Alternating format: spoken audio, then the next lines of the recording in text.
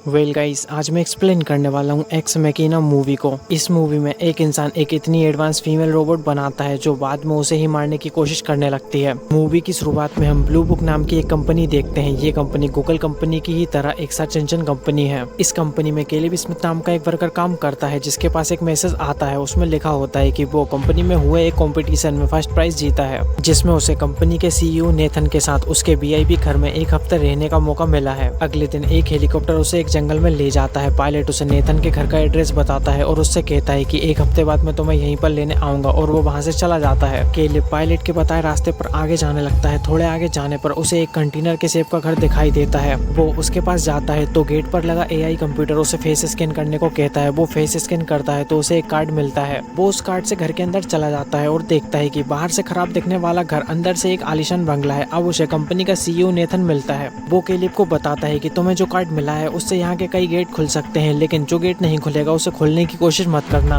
वो उससे एक कॉन्ट्रैक्ट साइन करवाता है जिसमें लिखा था कि वो यहाँ पर जो कुछ भी देखेगा उसके बारे में बाहर किसी को भी नहीं बताएगा। नेथन केलेब से बोलता है कि हम यहाँ जो भी रिसर्च करेंगे उसका क्रेडिट तुम्हें भी मिलेगा। वो उसे बताता है कि मैंने यहाँ पर एक एडवांस रोबोट बनाया है जिसके अंदर हर एक इमोशन, हर एक सोच इंसान से बेहतर है। नेथन उससे कहता है कि तुम्हें उस रोबोट से रोज बात करनी है, और अगर तुम्हें कभी लगे कि वो एक इंसान नहीं बल्कि रोबोट है तो समझ लेना कि हमारी रिसर्च फेल हो गई। अगले दिन केलेब एक रूम में जाता है जिसमें वो रोबोट थी। वो उसे अपना नाम एवा बताती है। फिर वो दोनों काफी सारी बातें करते हैं और नेथन यहाँ पर उन्हें सीसीटीवी कैमरे से देख रहा था। अब केलेब नेथन के पास जाता है और उसे बताता है कि मुझे एवा से बात कर बिल्कुल भी नहीं लगा कि वो एक रोबोट है। उसके सोचने का तरीका और बात करने का तरीका बिल्कुल इंसानों की तरह है। नेथन भी ये सुनकर खुश होता है कि उसका एक्सपेरिमेंट सक्सेसफुल हो गया है। अब रात में केलेब को नींद नहीं आती तो वो रिमोट उठाकर टीवी को चालू करता है, लेकिन वो टीवी का रिमोट नहीं बल्कि सीसीटीवी कैमरे का रिमोट था, जिससे उसके सामने एवा के रूम की वीडियो चलने लगती है। तभी वहाँ लाइट चली जाती है जिससे केलेब डर जाता है और वो गेट खोलने की कोशिश करता है, लेकिन गेट नहीं खुलता। थोड़ी देर बाद वहाँ लाइट आ जाती है और गेट खुल जाता है। केलेब नेथन से लाइट जाने का कारण पूछता है तो वो उसे बताता है कि मैंने इस घर को ऐसे ही डिजाइन किया है कि लाइट जाने के बाद यहाँ के गेटों को कोई नहीं खोल सकता, ताकि कोई लाइट बंद करके इस घर के अंदर आने या जाने की कोशिश ना कर पाए।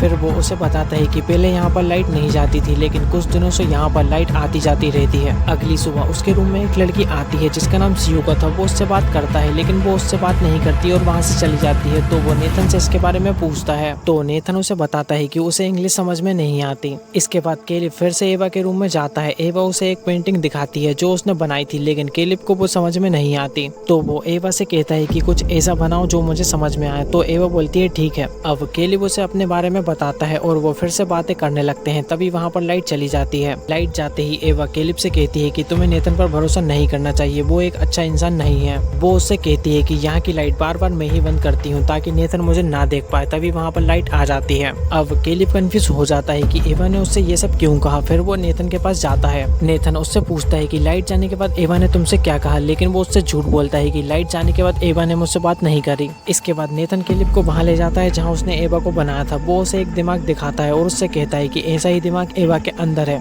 वो उसे बताता है कि इसे बनाने के लिए मुझे सारी दुनिया के मोबाइल हैक करने पड़े, मैंने उन सभी की रिकॉर्डिंग इसमें डाली है। वो उसे बताता है कि ये दिमाग इतना एडवांस है कि कोई भी एवा को देखकर ये नहीं बता सकता कि वो एक इंसान है या रोबोट। अगले दिन केलेब फिर से एवा के पास जाता है। एवा उसे एक और पेंटिंग दिखाती है जो उसने बनाई थी। इसके बाद वो उससे आंख बंद करने के लिए कहती है और अंदर जाके कपड़े पहनकर आती है जिसमें वो बिल्कुल इंसानों की तरह लग रही थी। फिर वो केलेब से पूछती है कि क्या तुम मुझे पसंद करते हो। तो केलेब बोलता है नहीं। तो एवा बोलती है कि तुम झूठ बोल रहे हो, मैं तुम्हारे चेहरे के एक्सप्रेशन को पढ़ सकती हूँ, तुम मुझे लाइक करते हो। इसके बाद केलेब नेथन के पास जाता है और उससे कहता है कि एवा बहुत ज्यादा एडवांस है, वो किसी के भी फेस के एक्सप्रेशन को पढ़ सकती है, वो इंसानों के इमोशन जानती है और उनके सच और झूठ पकड़ लेती है। नेथन केलेब को बताता है कि मैंने सिर्फ उसमें इंसानों वाली चीजें डाली थी, लेकिन बाकी सब वो खुद ही सीख रही है। केलेब उससे पूछता है कि तुमने एवा को लड़की ही क्यों बनाया। तो वो उससे बोलता है कि वो इंटीमेट भी हो सकती है और तुम्हें उसके साथ इंटीमेट होना चाहिए।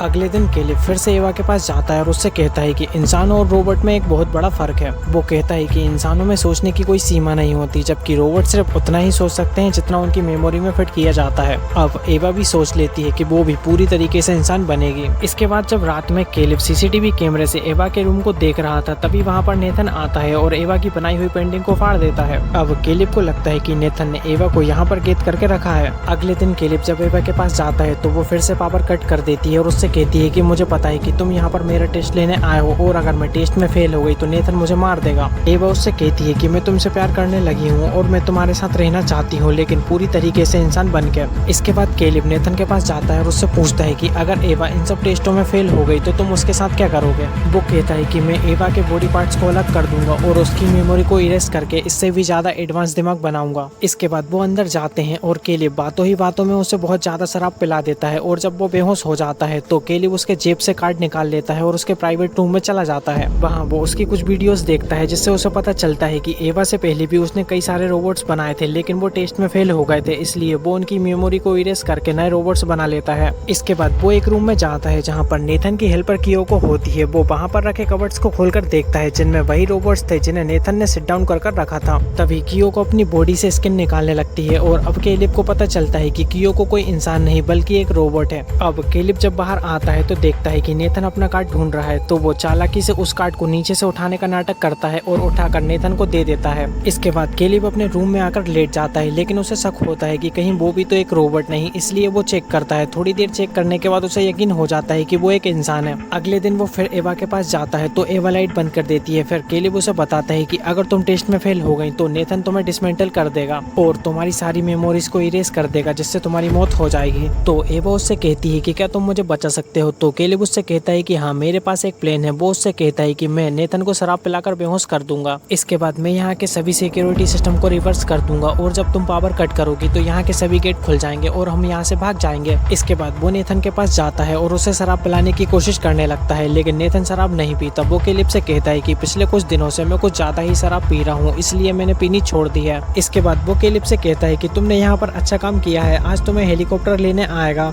इसके बाद वो कैलिब से पूछता है कि क्या तुम्हें सच में लगता है कि एवा तुमसे प्यार करने लगी है या फिर वो यहाँ से निकलने के लिए तुम्हारा इस्तेमाल कर रही है। फिर नेथन कैलिब को एक रूम में ले जाता है और उसे वो रिकॉर्डिंग दिखाता है जिसमें वो एवा को बता रहा था यहाँ से भागने की प्लानिंग। वो कैलिब को बताता है कि मुझे पता चल गया था कि यहाँ का पावर एवा ही कट कर रही है, इसलिए मैंने उसके रूम में एक बैटरी से चलने वाला कैमरा लगा दिया था। इसके बाद वो कैलिब को बताता है कि मैंने एवा को ऐसा ही बनाया है ताकि वो अपने इमोशंस का यूज करके यहाँ से निकलने की कोशिश करे, और जैसा कि उसने अपने इमोशंस का यूज करके तुम्हें मजबूर कर दिया कि तुम उसकी मदद करो, तो वो अपने टेस्ट में पास हो गई है। तभी वहाँ लाइट चली जाती है तो नेथन कैलिब से कहता है कि तुम्हारे प्लान के हिसाब से एवा ने पावर कट कर दिया है। तो कैलिब उसे बताता है कि मुझे पहले से ही पता था कि तुम शुरू से ही हमारी बातें सुन रहे हो, इसलिए मैंने जब तुम्हारा कार्ड लिया था तभी मैंने यहाँ के सभी सिस्टम को रिवर्स कर दिया था। नेथन स्क्रीन पर चेक करता है तो देखता है कि एवा अपने रूम से बाहर निकल चुकी है, तो वो गुस्से में कैलिब पर अटैक कर उसे बेहोश कर देता है। इसके बाद वो एवा के पास जाता है और उससे कहता है कि अपने रूम में वापस जाओ। एवा कियोको के कान में कुछ कहती है और खुद नेथन पर हमला कर देती है। नेथन उसका एक हाथ तोड़ देता है। तभी कियोको पीछे से नेथन पर वार करके उसे घायल कर देती है, तो वो उसे मारकर नीचे गिरा देता है। तभी एवा एक चाकू से पीछे से नेथन पर वार कर देती है और उसे मार देती है।